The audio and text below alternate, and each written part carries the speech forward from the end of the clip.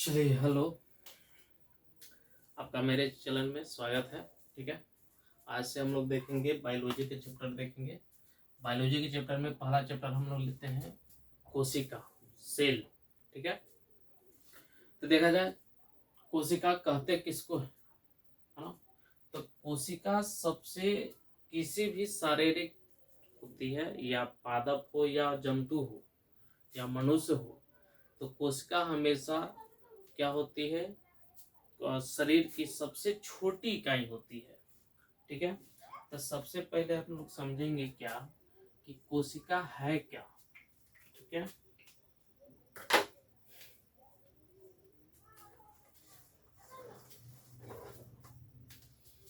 कोशिका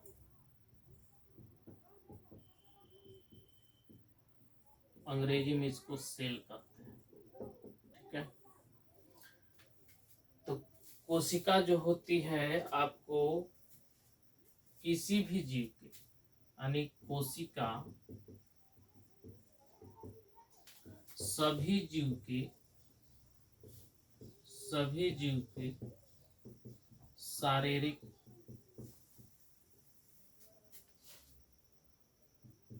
शारीरिक शारीरिक क्रियात्मक क्रियात्मक एवं संरचनात्मक इकाई होती है। एवं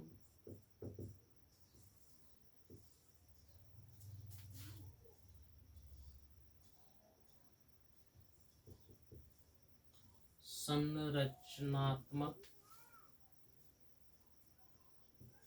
इकाई होती है।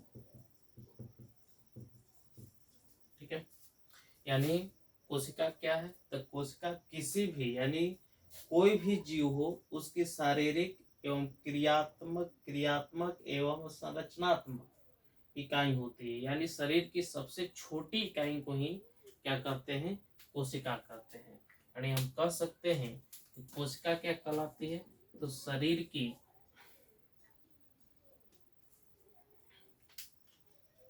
शरीर की शरीर की सबसे सबसे छोटी इकाई छोटी इकाई होती है। ठीक है, यानी शरीर की इससे और छोटा कोई इकाई नहीं कर सकते हैं जिससे छोटी होगी। ठीक है, तब देखा जाए कोशिका की खोज किसने किए थे। कोशिका की खोज करने वाले प्रथम व्यक्ति कौन थे, तो ध्यान रखिएगा, कोशिका की खोज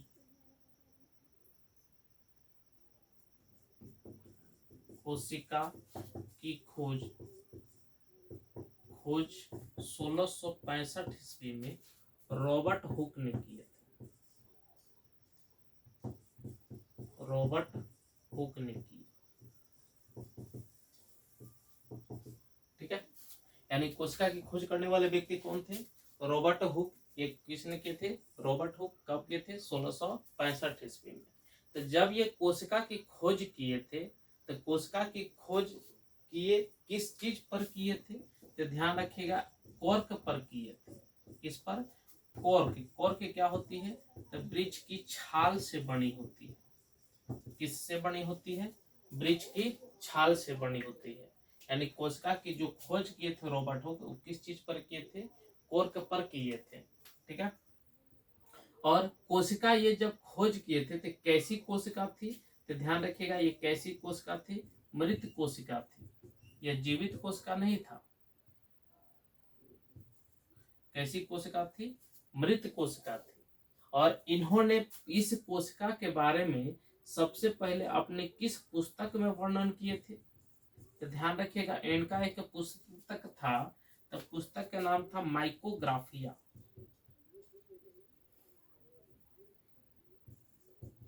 माइकोग्राफिया।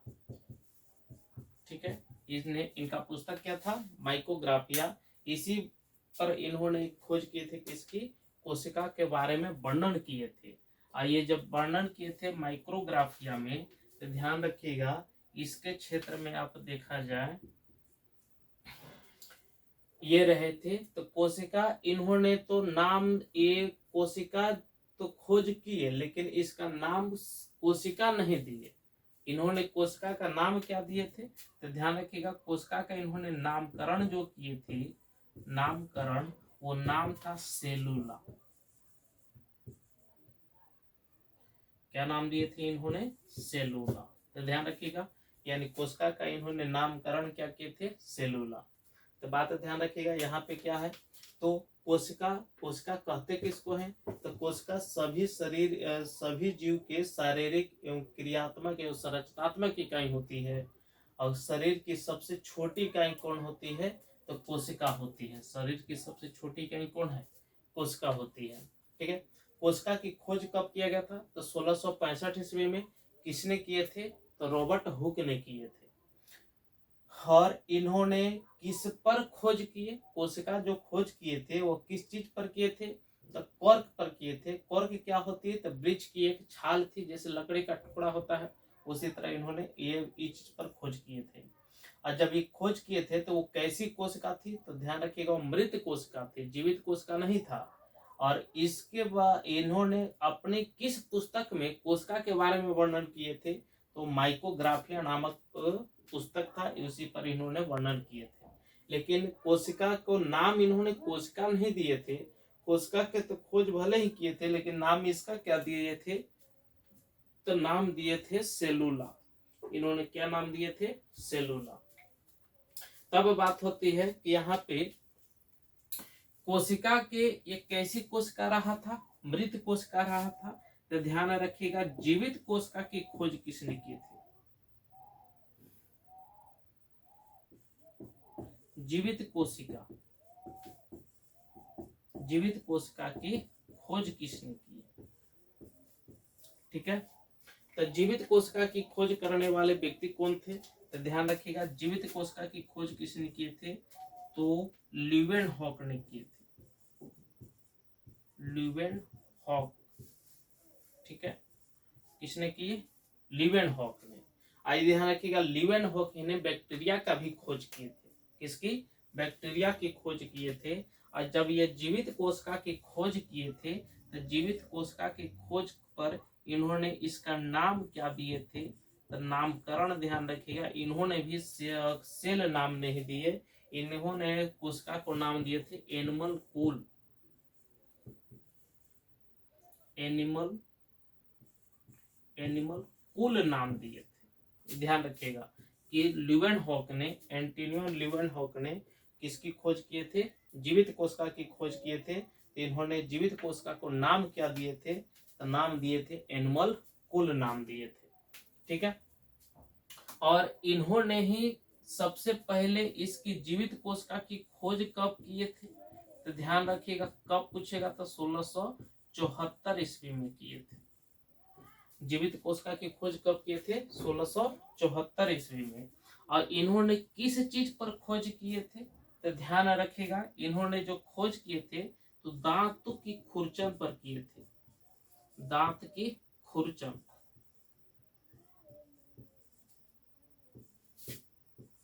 खुरचन पर खोज किए थे। ठीक है। दांत की जो खुरचन होता है ना, जैसे हम लोग बोलते हैं कि खोड़हड़ हो गया है, तो उसी तरह दांत का खुरचन होती है, उसी पर इन्होंने किसकी खोज किए थे? तो जीवित कोशिका की खोज किए थे। ठीक है। अब देखा जाए, इन्होंने तो जीवित कोशिका की तो खोज की लेकिन अभी भी इसका सेल नाम नहीं पड़ा था। तो ध्यान रखिएगा, कोशिका का नामकरण करने वाले व्यक्ति कौन थे? तो कोशिका का नाम किसने दिए थे? तो ध्यान रखिएगा, कोशिका नाम देने वाले, कोशिका नाम किसने दिए थे? तो रॉबर्ट, सॉरी, हर्टपिग ने दिए थे। हर्टपिग, है ना। यानी कोशिका का नाम, यानी कोशिका जो सेल कही जाती है, तो कोशिका नाम किसने दिए थे? हर्टपिग ने दिए थे। और इन्होंने ही कोशिका का अर्थ बताए थे कि कोशिका का अर्थ क्या होता है। ठीक है। तो कोशिका का अर्थ इन्होंने बताए थे क्या? कि एक छोटी सी कमरा होती है। कोशिका का मतलब क्या होता है? कि एक छोटा सा कमरा, एक छोटा सा कमरा, ठीक है। जिस तरह से कमरा एक छोटी सी होती है, उसी तरह इन्होंने नाम दिए थे क्या, हटपिग। तो ध्यान रखिएगा, हटपिग नहीं किसका नाम दिए थे, कोशिका का नामकरण किए थे। और कोशिका का अर्थ क्या होता है, इसके बारे में भी बताने वाले कौन थे, हटपिग। हटपिग के अनुसार ही कोशिका क्या था, एक छोटे से कमरे की जैसी होती है, जिसमें इसी में इसीलिए देखेगा इसमें माइटोकॉन्ड्रिया, हरित लवक, डीएनए, केंद्रक, रिक्तिका सब इसी के अंदर पाई जाती है। ठीक है, एक कैसी होती है, एक छोटा सा कमरा होता है। बात आई समझ में। चलिए इतना स्क्रीनशॉट लीजिएगा।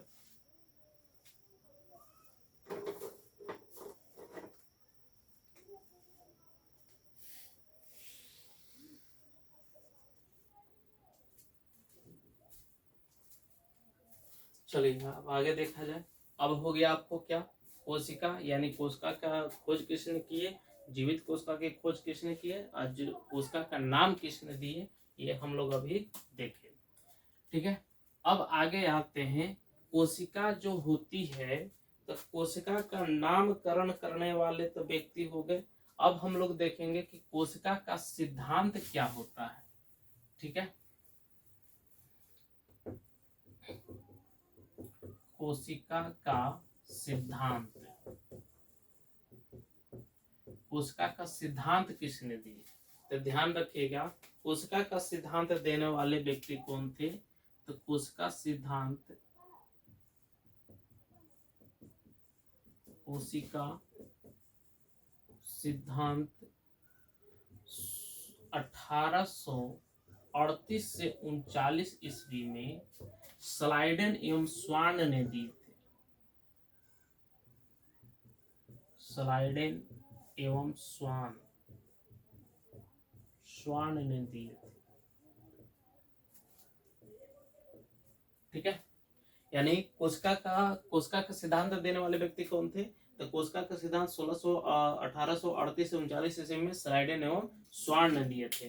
तो ध्यान रखिएगा, स्लाइडेन, इनका सिद्धांत क्या था, सिद्धांत करने का मतलब इसकी सिद्धिकरण जो हुई, तो इसके बारे में देने वाले व्यक्ति कौन थे, स्लाइडेन एवं स्वान थे।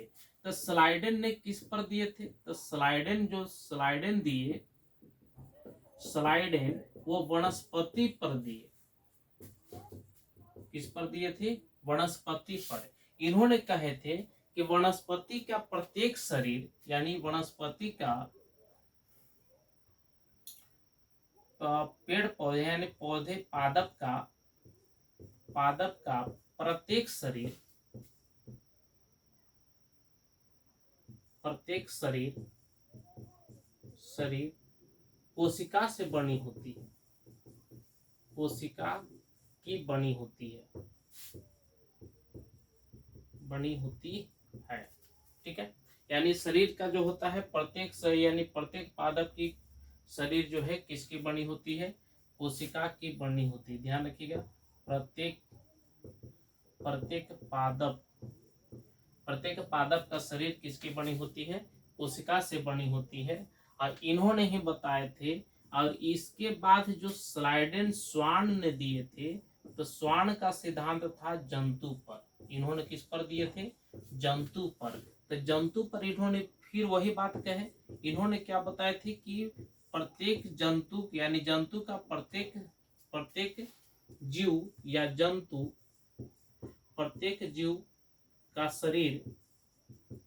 शरीर कोशिका से बनी होती है, कोशिका से बनी होती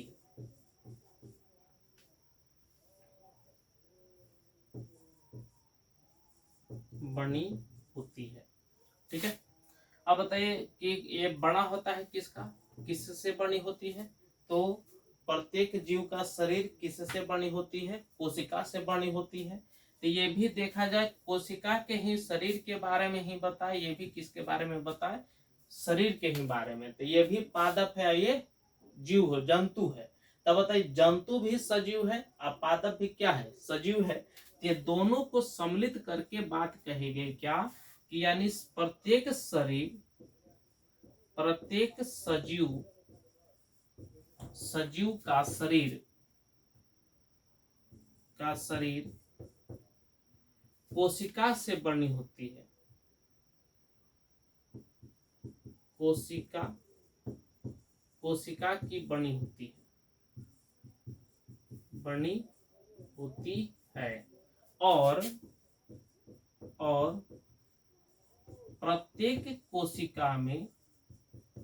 प्रत्येक कोशिका में केंद्रक पाई जाती है।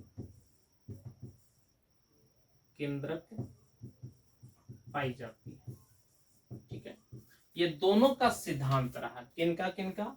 तो स्लाइडेन का और स्वान का। स्लाइडेन किस पर दिए? वनस्पति पर, और स्वान किस पर दिए? जंतु पर।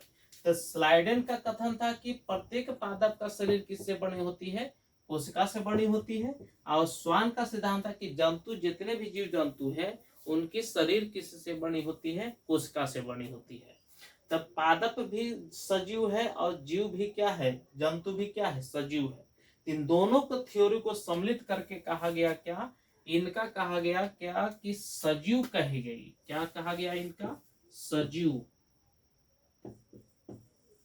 ठीक है, तो सजीव में अगर देखा जाए तब इन्होंने कहे सम्मिलित रूप से कि प्रत्येक सजीव का शरीर किससे बनी होती है? कोशिका से बनी होती है। अब प्रत्येक कोशिका में क्या पाई जाती है? केंद्रक पाया जाता है। ठीक है, तो जब इन दोनों से सवाल कहा गया कि बताइए, चलिए ठीक है, प्रत्येक शरीर, तो इसको आप डिफाइन किए, तो ये कोशिका सिद्धांत ये साबित करने का जब इन दोनों को बारी आया, तब इन्होंने बताया कि कुछ ऐसे भी जीव होते हैं जिनके कोशिका ही नहीं पाई जाती है, और जिनमें कोशिका होती है तो उसमें केंद्रक नहीं पाई जाती है। पता नहीं समझ में? तो इस कंडीशन में इन्होंने अपवाद को वर्णन किए। यानी अपवाद क्या रहा? तो अपवाद देखा जाए किसका? तो कोशिका सिद्धांत का। यानी किसका अपवाद रहा? तो कोशिका सिद्धांत का अपवाद रहा। ठीक है, तो इन्होंने कहते हैं, जब इनसे कहा गया तो सबसे पहले बात देखा जाए आपको वायरस, किसको चर्चा करते हैं? वायरस। तब वायरस भी एक जीव है। इनके अनुसार तरह के वायरस भी क्या है? जीव है। तब बताइए, जब वायरस जीव है तो इसमें भी कोशिका होना चाहिए था, क्योंकि बोल रहे हैं कि प्रत्येक जीव का शरीर किससे बनी होती है? तो कोशिका से बनी होती है। तब वायरस भी क्या है? सजीव है। तो इसमें क्या आपको पाई जाती है कोशिका? नहीं। यह जो है अकोशिकीय जीव है। अकोशिकीय जीव है, यानी इसमें जो है किसी भी प्रकार के कोशिका नहीं पाई जाती है। इसके वायरस के एक संदर्भ में समझिएगा, वायरस एक ऐसा जीव है जो अगर बाहर में होती है तो यह निर्जीव अवस्था में रहता है, और जब किसी के सजीव के संपर्क में आती है तो वह सजीव हो जाती है। इसलिए इसको सजीव एवं निर्जीव का कड़ी कहा जाता है। तो ध्यान रखिएगा, वायरस को क्या कहते हैं? तो सजीव एवं निर्जीव, सजीव एवं निर्जीव का कड़ी या इसी को मोजक कहते हैं, मोजक कहा जाता है, कही जाती है। ऐसा क्यों कहा गया?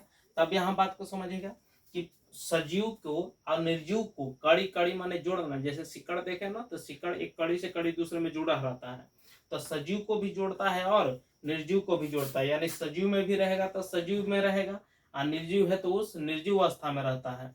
इसलिए इसको सजीव और निर्जीव की कड़ी कही जाती है। तब बताइए, यह कोशिका सिद्धांत का अपवाद रहा। क्यों? क्योंकि यह कोशिका इसमें पा ही नहीं जा रहा है। तो उसी तरह देखा जाए, दूसरा नंबर में देखेंगे कि दूसरा एक होता है स्तनधारी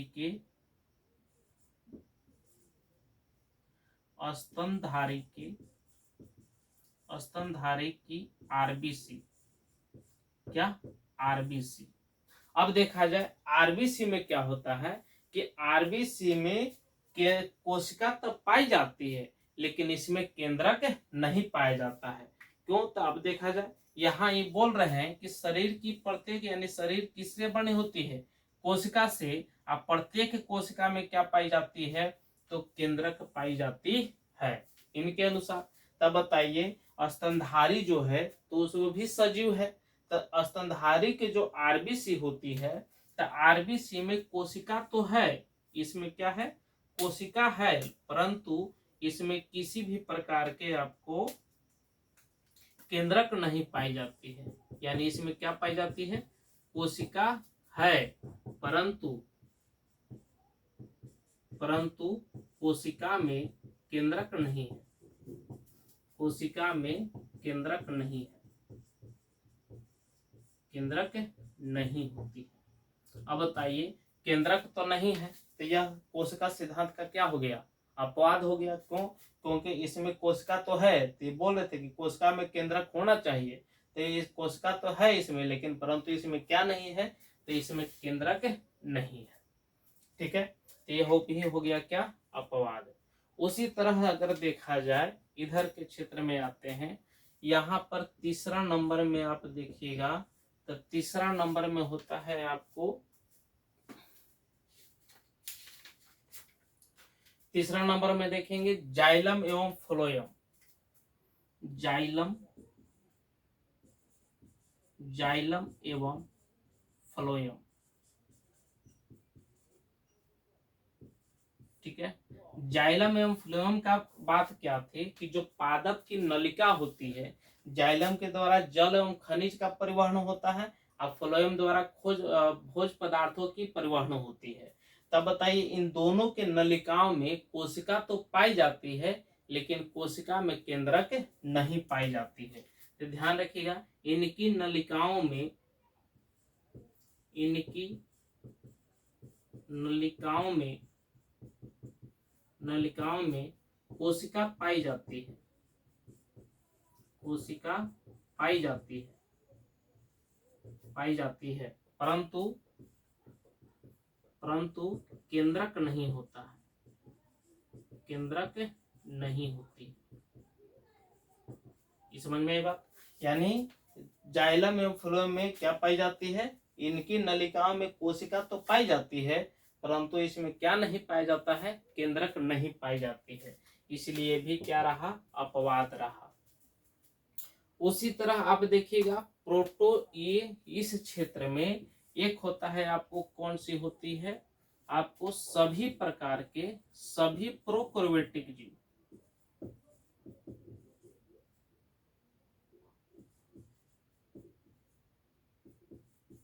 सभी प्रोकैरियोटिक जीव, इसमें किसी भी प्रकार के कोशिका, इसमें कई ऐसे होती है कि जिसमें अल्प कोशिका होता है, कोशिका तो पाई जा रही है लेकिन केंद्रक उसमें नहीं है। तो किसी में केंद्रक कोशिका है परंतु वह अल्प विकसित है, तो ऐसे जीव को किस में रखा गया है, तो किस में रखा गया है, आपको कोशिका सिद्धांत का ये क्या रहा, अपवाद रहा। बताइए समझ में। अब इस कंडीशन में एक बात और यहाँ ध्यान रखिएगा, जैसे यहाँ पर अभी बताए थे कि स्तनधारी के आरबीसी में कोशिका तो पाई जाती है, परंतु उसमें क्या नहीं पाया जाता है, केंद्रक नहीं पाई जाती है। तो केंद्रक जब नहीं पाया जा रहा है, तो इसी तरह इसी का अपवाद क्या होता है, अपवाद में 4 गो जीव को याद रखना है। एक होता है आपको ऊंट, दूसरा होता है लामा,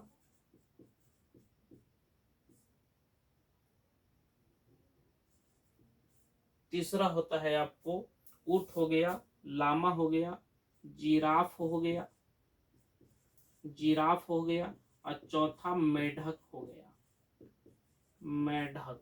ठीक है, इन देखा जाए इन सभी जीवों में क्या होती है, कोशिका के जो आरबीसी होते हैं, आरबीसी में कोशिका भी पाई जाती है, कोशिका भी होती है और केंद्रक भी होता है।